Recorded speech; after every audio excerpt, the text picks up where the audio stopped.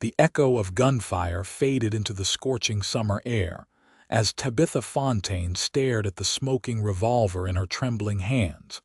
The weight of her actions, as suffocating as the dust that swirled around the small ranch, she now had to defend alone. The year was 1875, and in the unforgiving territory of eastern Wyoming, a woman without a man was considered as good as dead, a fact that Tabitha was determined to disprove, even as her father's blood still stained the hardwood floor of their modest home outside Centralia. Tabitha lowered the gun, her breath coming in ragged gasps. The intruder who'd broken into their home lay motionless on the floor, a pool of crimson spreading beneath him. Her father had taught her to shoot when she was 12, insisting that in Wyoming territory, such skills were necessary for survival. She never imagined she'd use those lessons to defend their homestead alone. "Papa," she whispered, eyes darting to her father's still form in the corner. Jonathan Fontaine had been ill for months, tuberculosis slowly stealing his breath and strength. The intruder had assumed an easy target, not expecting the daughter to be armed and ready. Now Tabitha was truly alone at 22 years of age, with 40 acres of struggling land and a half-finished house that needed more work than she could possibly manage by herself. The funeral was held 2 days later. Centralia was still small enough that the passing of one of its original settlers warranted the attendance of nearly the entire population. Tabitha stood rigid beside the grave, her dark hair pulled back severely, her blue eyes dry though her heart felt like shattered glass inside her chest. "Miss Fontaine," Sheriff Willard approached after most mourners had dispersed, hat in hand. "I'm mighty sorry about your father. He was a good man." "Thank you, Sheriff." Her voice was as brittle as winter ice. "Have you given any thought to what you'll do now? Your father's land is valuable, but it's a mighty burden for a young woman alone." Tabitha's spine stiffened. "I'll manage." "Now, Miss Fontaine, be reasonable. There are several interested parties who would pay a fair price. The Vandergriff Ranch borders your property to the north. I hear the youngest son, Jackson, has been looking to establish his own spread." "I'm not selling," she said firmly. "That land is Fontaine land. My father spent 15 years making something of it." Sheriff Willard sighed. "At least consider hiring help. That ranch won't run itself." She forced a polite smile. "Good day, Sheriff." As weeks passed, Tabitha discovered that stubbornness couldn't fix a leaking roof or mend broken fences. The small herd of cattle her father had accumulated needed tending, the fields required planting, and the house itself was falling into disrepair. Each morning she woke before dawn, worked until her hands blistered and bled, then collapsed into bed with muscles screaming in protest. On a particularly brutal August day, Tabitha was attempting to replace rotting wood on the barn roof when her foot slipped. She tumbled downward, managing to catch herself on the edge before falling completely, but sending her father's toolbox crashing to the ground, tools scattering across the dirt. "Damn it all," she muttered, climbing down the ladder with shaking limbs. "That looked like quite a tumble, madam." Tabitha spun around, startled to find a man atop a chestnut horse observing her from the edge of the property. He was tall and broad-shouldered, with a strong jawline shadowed by several days' growth of beard. His hat was pulled low against the sun, but she could see eyes the color of warm whiskey regarding her with concern. "Can I help you?" she asked sharply, reaching instinctively for the small pistol she kept in her apron pocket. The stranger noticed the movement and raised his hand slightly. "No need for that. Jackson Vandergriff, madam. My family's ranch is just north of here." "I know who the Vandergriffs are," she replied coolly. "If you've come to make an offer on my land, you're wasting your time." A smile tugged at the corner of his mouth. "Actually, I was riding fence lines and thought I heard someone in distress. Appears I was right." His eyes swept over the scattered tools and the precarious state of the barn roof. "Looks like you could use a hand. I'm managing just fine." "Begging your pardon, Miss Fontaine, but that roof's about to cave in, and your south fence line has at least 3 breaches I spotted on my ride in." Her cheeks burned with humiliation and anger. "I don't recall asking for your assessment, Mr. Vandergriff." He dismounted in one fluid motion, tying his horse to a nearby post. "I could fix that roof for you before the rain comes tonight. Take no more than a couple hours." "I said I don't need help," Tabitha insisted, gathering her tools with sharp, angry movements. Jackson leaned against the barn door, watching her. "My father always said there were 2 kinds of stubborn in this world, the kind that keeps you alive and the kind that puts you in the ground. Which are you practicing today, Miss Fontaine?" Her eyes flashed with indignation. "That's none of your concern. This is my property and I'll thank you to leave it." "As you wish." He tipped his hat, returning to his horse. Before mounting, he turned back. "When you change your mind, I'm usually working our north pasture. Just fire a shot in the air." "I won't be changing my mind, Mr. Vandergriff." His smile was infuriatingly confident. "We'll see about that, Miss Fontaine. We'll see." That night, as predicted, rain poured through the unfinished roof, soaking half her supplies and forcing her to place buckets throughout the barn. Tabitha refused to admit, even to herself, that Jackson Vandergriff had been right. The following week brought new challenges. 2 of her cows wandered through the broken fence line, and it took her an entire day to locate and return them. Her hands were raw from the rope, her legs aching from the hours in the saddle. As she unsaddled her horse, movement on the horizon caught her attention. Jackson Vandergriff was riding along her northern boundary, methodically checking and repairing her fence posts. Tabitha stormed across the field. "What do you think you're doing?" she demanded when she was within earshot. He glanced up, hammering one last nail before answering. "Fence repair. On my property without my permission." "Well," he drawled, "I figured since it's our shared fence line, and my cattle have as much interest in staying put as yours do, it wasn't entirely presumptuous." "You had no right. You've lost 2 head through this section in the past week," he interrupted. "Another few days and you'd have lost more. Can you afford that, Miss Fontaine?" The question struck a nerve. Her financial situation was precarious at best. Every animal counted. "My affairs are none of your business." "Perhaps not." He secured another loose board. "But being neighborly is everybody's business out here. Your father understood that." The mention of her father made her throat tighten. "My father wouldn't have wanted charity." "This isn't charity, Miss Fontaine. It's survival." Jackson wiped sweat from his brow. "Out here, we help each other because tomorrow it might be our turn to need it." "I don't need help. Yes, I recall you mentioning that." His eyes met hers directly. "But your land does. Your livestock does. And I reckon your father would have wanted someone looking out for his daughter's interests." Tabitha felt tears threatening and blinked them away furiously. "I can take care of myself. No one's saying otherwise." His voice softened. "But even the strongest rancher knows when to accept a helping hand." "Why are you doing this?" "Your family wants my land. This is just strategy." Jackson's expression grew serious. "Is that what you think? That I'm trying to force you out, aren't you?" "Your father made an offer 3 days after mine was in the ground." He shook his head, genuine surprise in his eyes. "I didn't know that. My father and I don't always see eye to eye on business matters." Tabitha wanted to believe him, but trust didn't come easily. "Regardless, I don't need your help, so you've said." He returned to his work.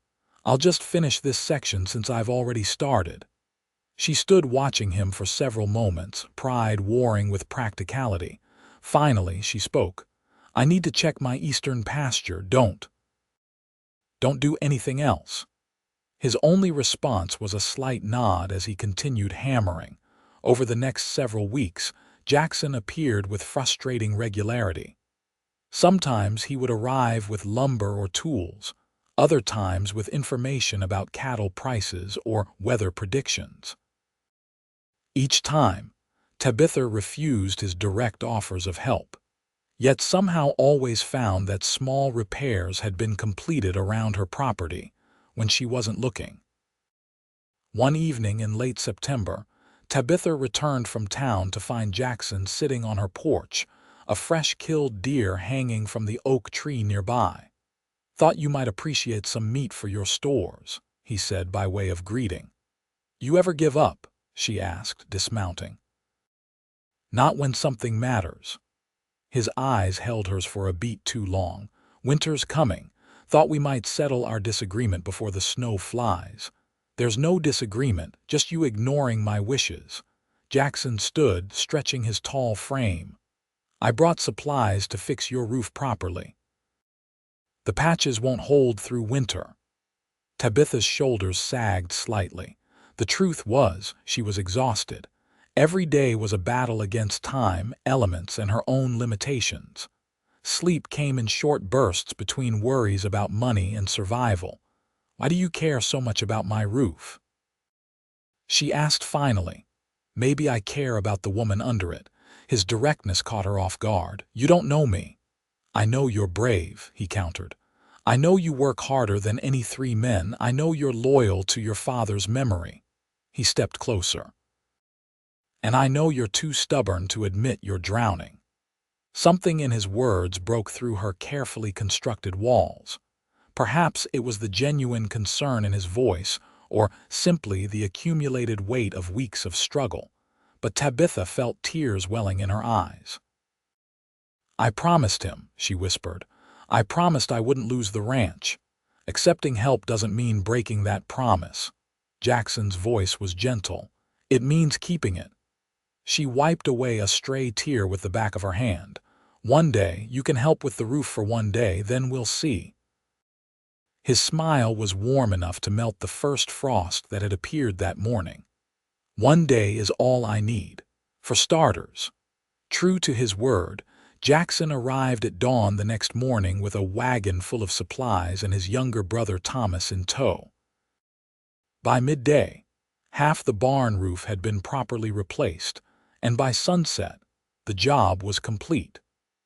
Tabitha found herself unexpectedly enjoying the company, the sound of men's voices and laughter filling the emptiness that had permeated the ranch since her father's death. "That should hold through anything winter throws at it," Jackson announced, climbing down from the ladder as dusk approached. Thomas loaded the remaining supplies into their wagon. "I'd better head back before Ma sends out a search party." "You coming, Jack?" Jackson glanced at Tabitha. "I'll be along shortly." After Thomas departed, an awkward silence fell between them. "Thank you," Tabitha finally said, "for the roof." "You're welcome." He studied her face in the fading light. "I meant what I said. I'm not after your land, Tabitha." It was the first time he'd used her given name, and something about the way it sounded in his deep voice made her heart beat a little faster. "What are you after, then?" The question hung between them, loaded with unspoken possibilities. "A chance to prove not all help comes with strings attached." He stepped closer. "And maybe the opportunity to know the woman who's impressed me since the first day I saw her trying to run a ranch single-handedly." Tabitha wasn't prepared for the sincerity in his eyes or the way it made her feel both vulnerable and strangely hopeful. "I should get inside," she said softly. "It's getting dark." He nodded, reaching for his hat. "I'll check on that fence line tomorrow if that's agreeable." She found herself nodding. That would be helpful. His smile was like sunrise breaking over the mountains. "Good night, Tabitha." "Good night, Jackson."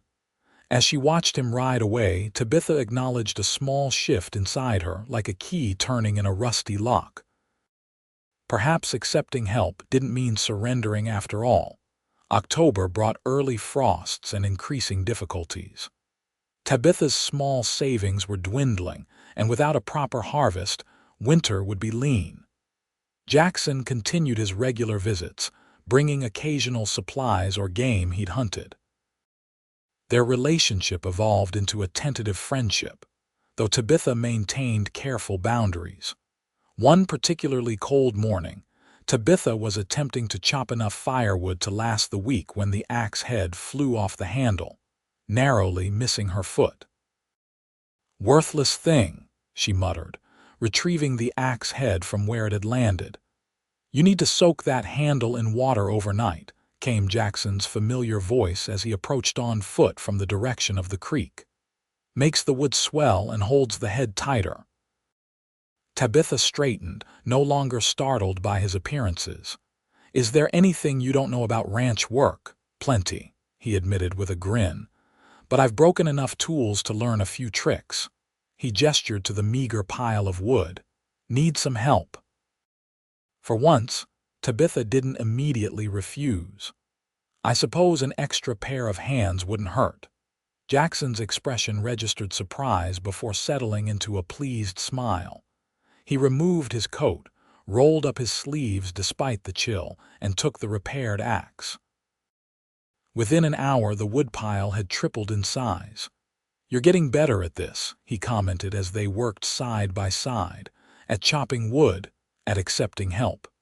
Tabitha paused, wiping perspiration from her brow despite the cool air. "Don't get used to it. Wouldn't dream of it." His smile suggested otherwise. Later, as they warmed themselves with coffee on the porch, Jackson broached a subject he'd been avoiding. "The cattle auction's coming up in 3 weeks. You planning to sell any of your herd?" Tabitha cupped her hands around the warm mug. "I need to sell at least 5 head to cover taxes and winter supplies. Prices have been low this season," he said carefully, "but I know a buyer from Denver who'll be attending. Pays top dollar for quality stock." "My cattle are quality," she stated defensively.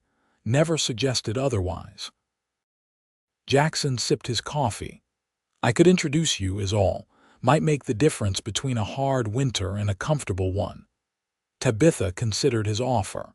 The practical side of her recognized the value of such a connection, but pride still tugged at her conscience. "Why are you really helping me, Jackson? And don't say it's just being neighborly." He set his coffee down, expression turning serious. "When I was 16, my first winter working the ranch independently, I lost nearly a third of our calves to the cold. Too proud to ask for help, too stubborn to admit I was in over my head." His eyes held a distant pain. "My father didn't speak to me for weeks afterward, said I'd cost the family more than money, I'd cost us our future." "I'm sorry," Tabitha said softly. "No need."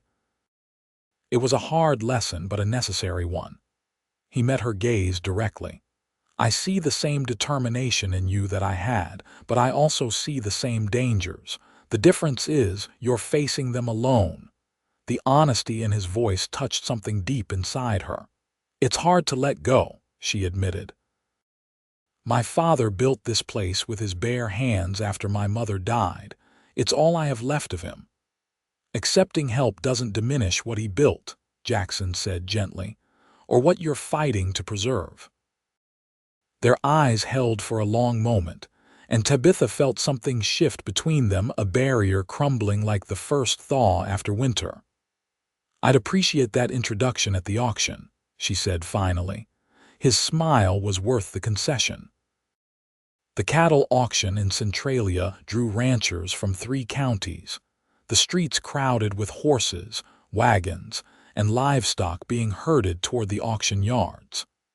Tabitha had spent days selecting her best cattle, knowing that every dollar would matter for the coming winter.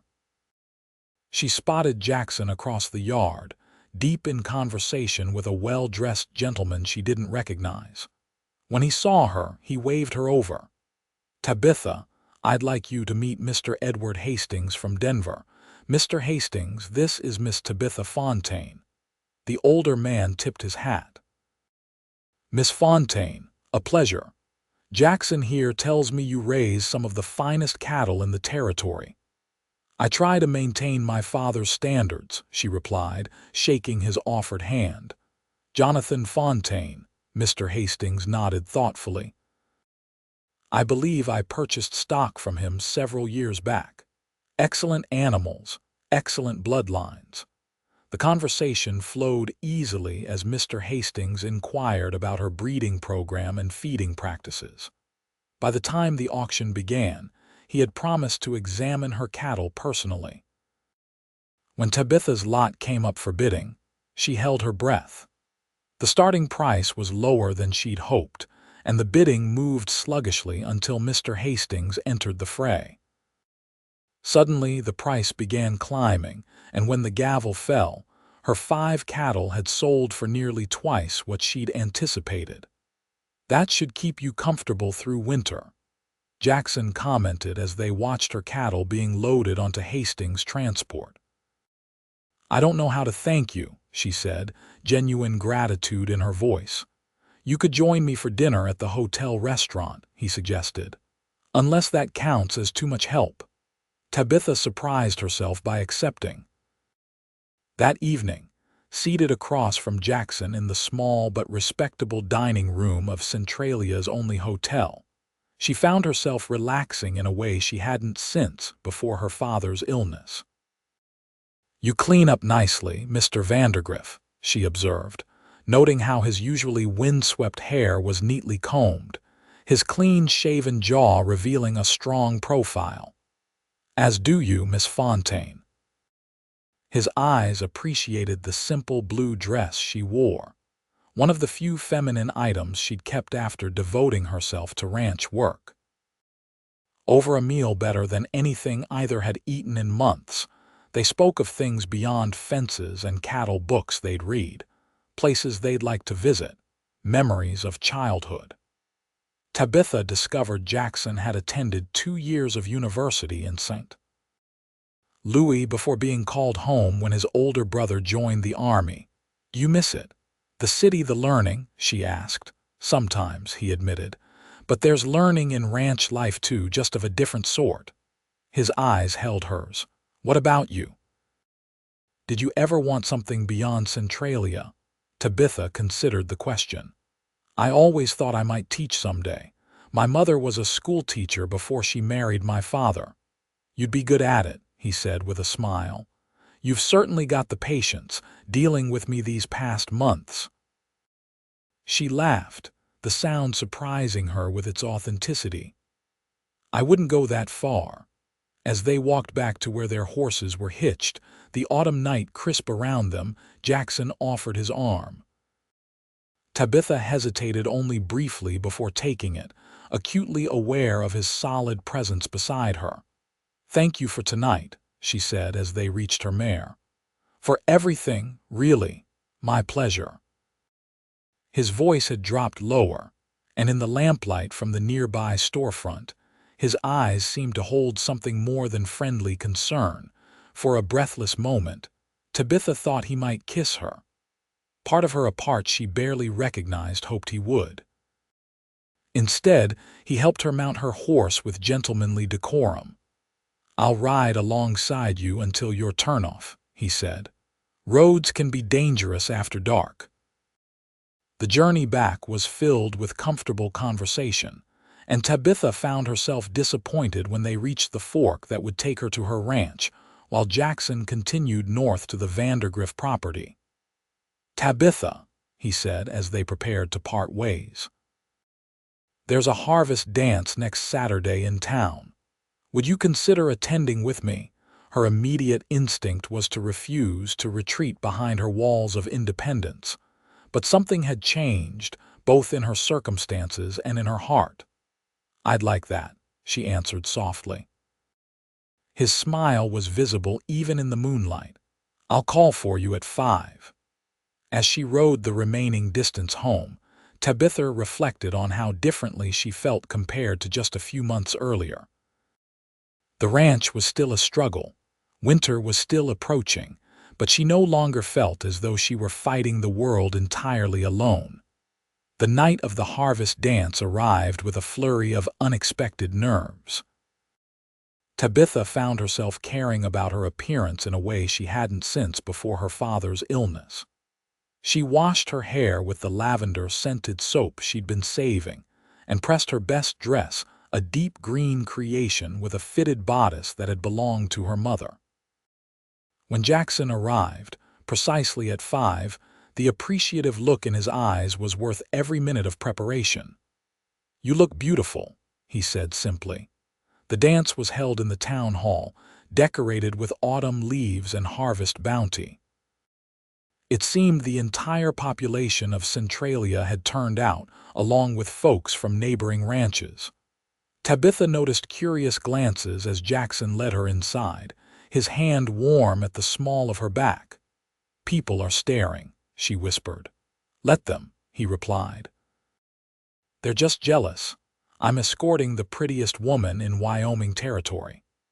She flushed at the compliment but couldn't suppress a smile. The evening passed in a whirl of music and movement. Jackson proved to be an excellent dancer, guiding her through waltzes and reels with confident steps. During a break in the music, he fetched them cups of cider, and they stepped outside to escape the heat of the crowded hall. "Having a good time?" he asked as they stood beneath a canopy of stars. "Better than I expected," she admitted. "It's been a long while since I've done anything just for enjoyment. Life shouldn't be all work, even on a ranch," says the man who works from sunup to sundown, she teased. "I'm learning balance," he replied with a smile. "Or trying to." A companionable silence fell between them as they sipped their cider and listened to the music spilling from the open doors of the hall. Without thinking, Tabitha leaned slightly against Jackson's solid form, only realizing what she'd done when his arm came around her shoulders, drawing her closer. "Cold?" he asked softly. She wasn't, but nodded anyway, unwilling to break the moment. "Tabitha," he began, his voice suddenly serious, "there's something I need to tell you about your land." She stiffened instantly. "What about it?" "My father's planning to make another offer. A substantial one." He turned to face her directly.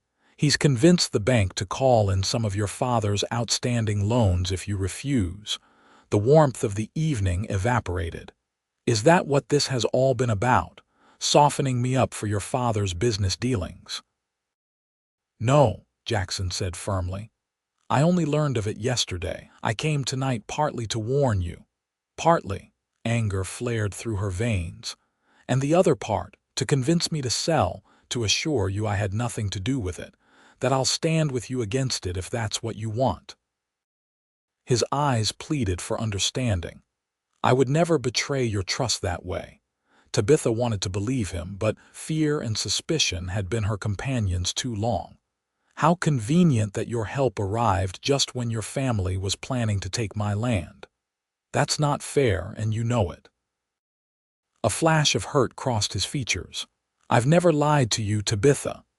"Maybe not directly," she said coldly, "but lies of omission are still lies, Jackson. I told you as soon as I knew, after months of whatever this was."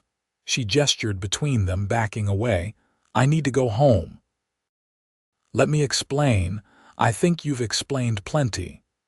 She gathered her skirts, turning toward the hitching post where her horse waited. "Please don't follow me." The ride home was a blur of conflicting emotions: anger at the potential betrayal, grief at what might have been developing between them, and fear about the future of her ranch. By the time she reached her property, resolve had hardened in her chest.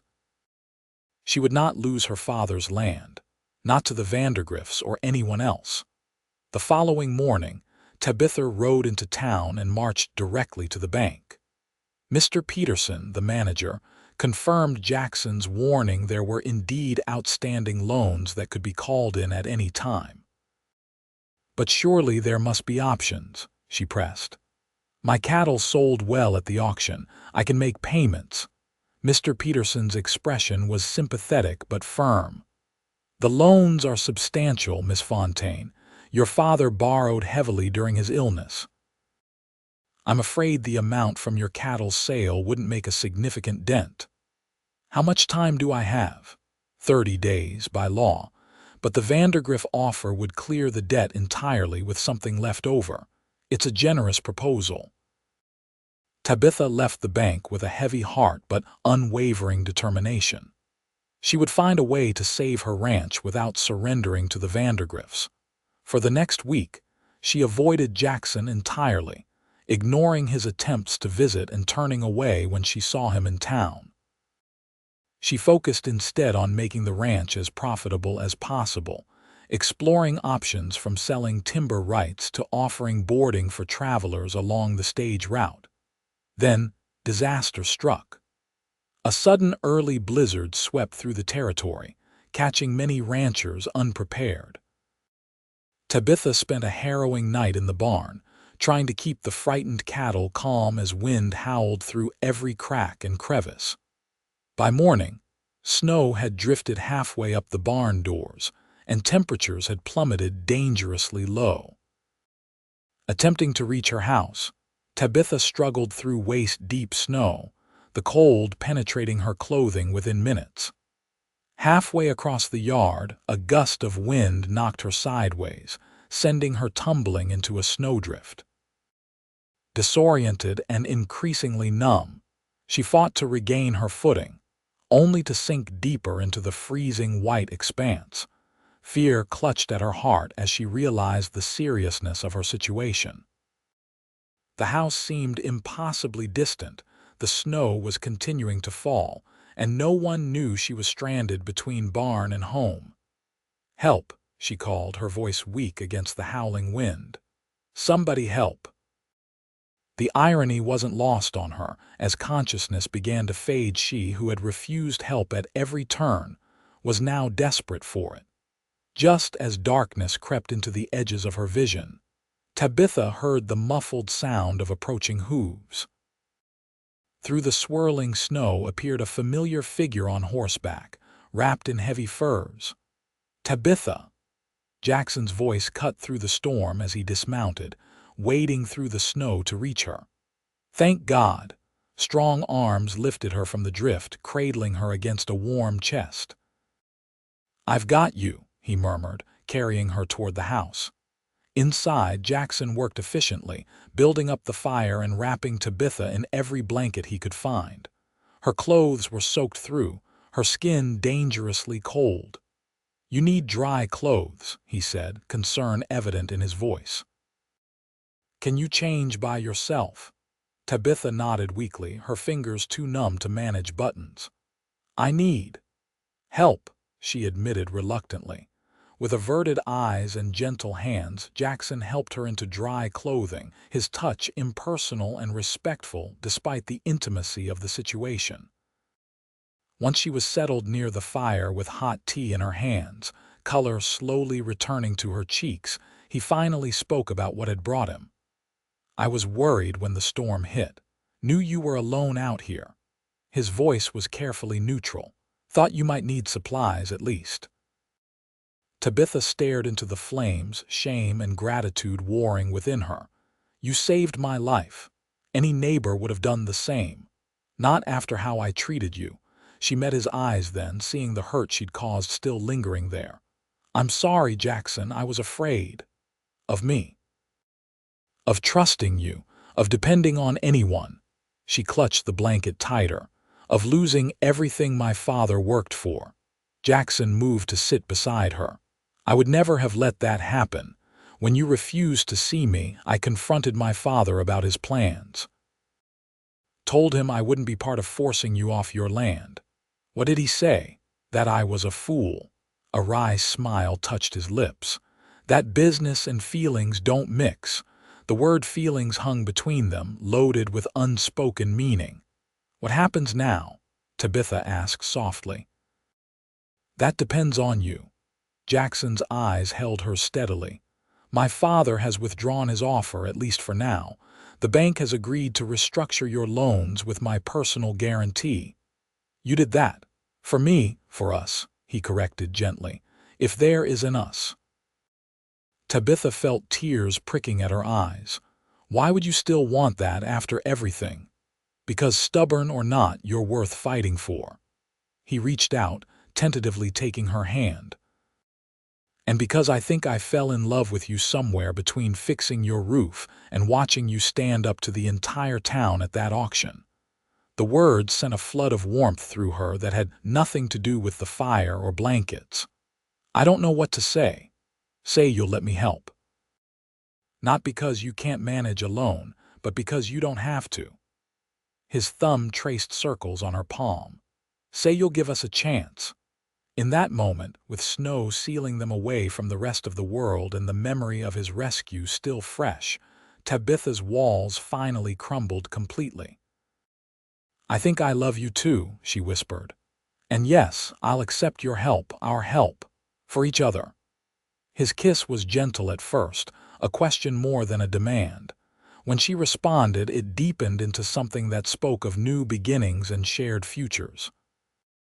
Outside, the blizzard continued to rage, but inside the small ranch house, Tabitha Fontaine had finally found shelter stronger than any walls she could build alone.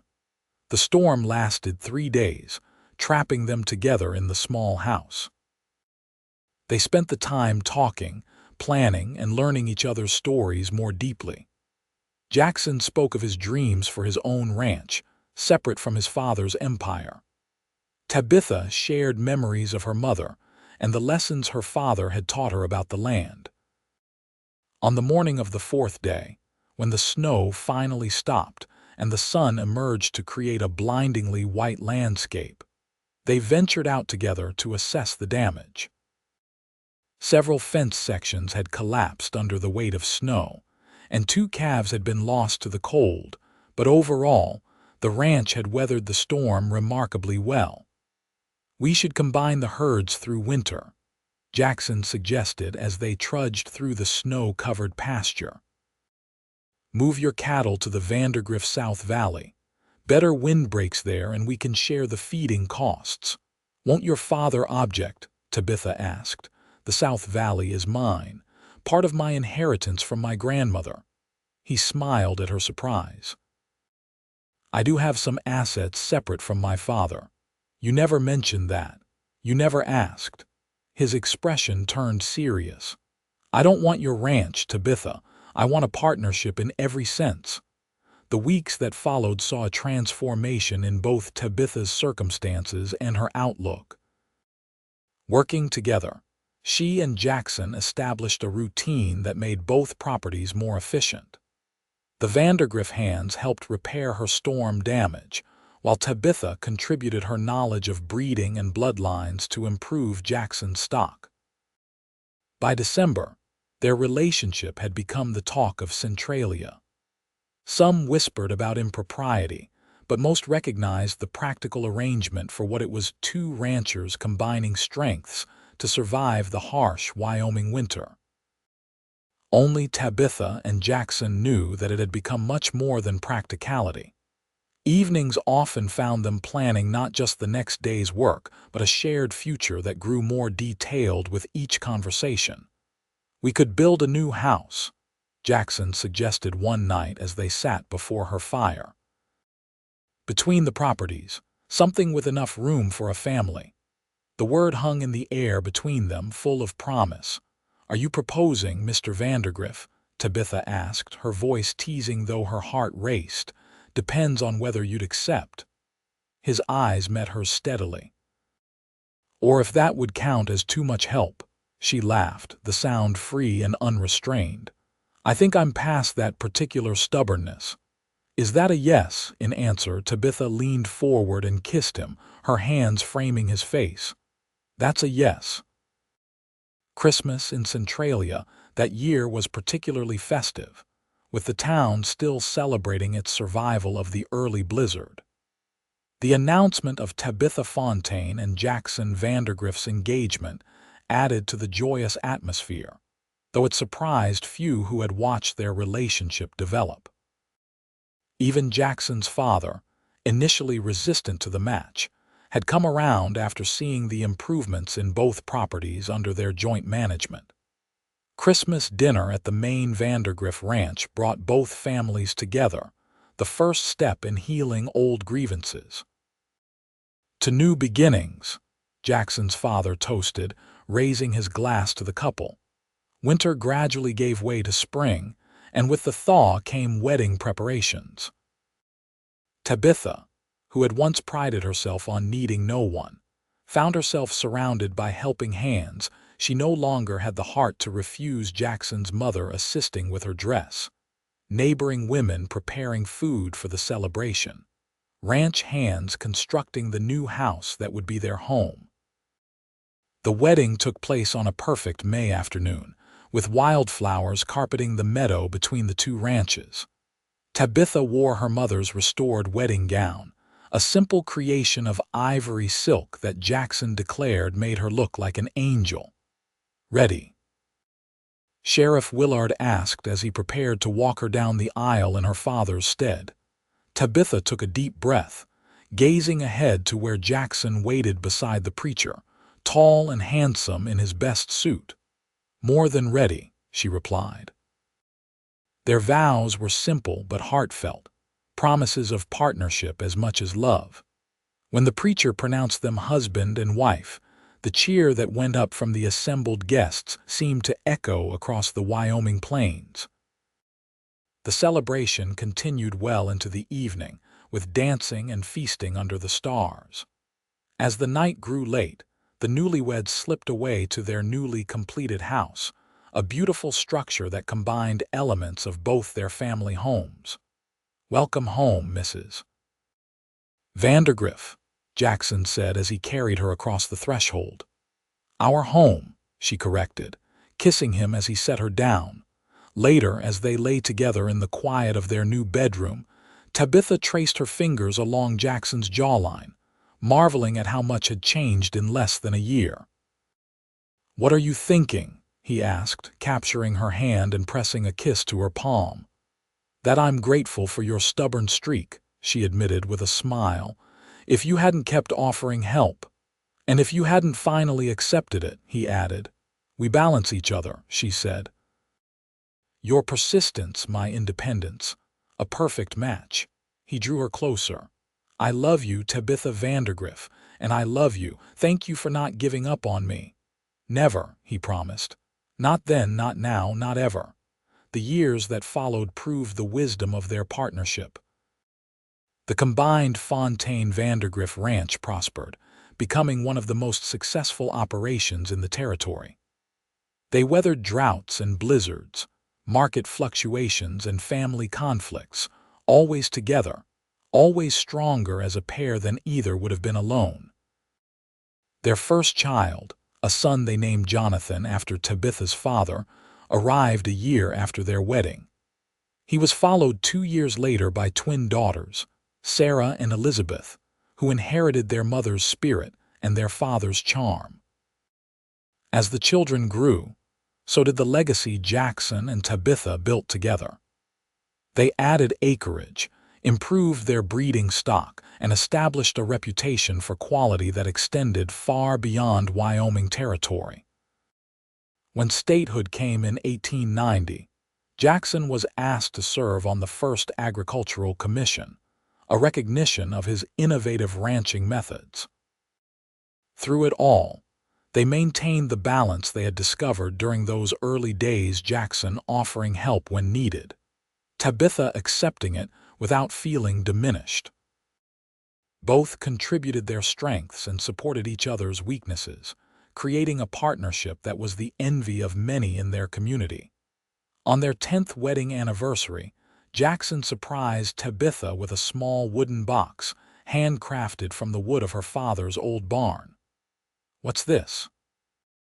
she asked as they sat on the porch of their home, watching their children play in the yard. "Open it," he encouraged. Inside lay a delicate silver locket. When Tabitha opened it, She found a tiny portrait of her father on one side and a small family picture herself, Jackson, and their 3 children on the other. "So you always remember where you came from," Jackson said softly, "and what you've built." Tears filled Tabitha's eyes as she fastened the locket around her neck. "It's perfect, just like you," he replied, drawing her close. "Stubborn and all." She laughed through her tears. "You're one to talk."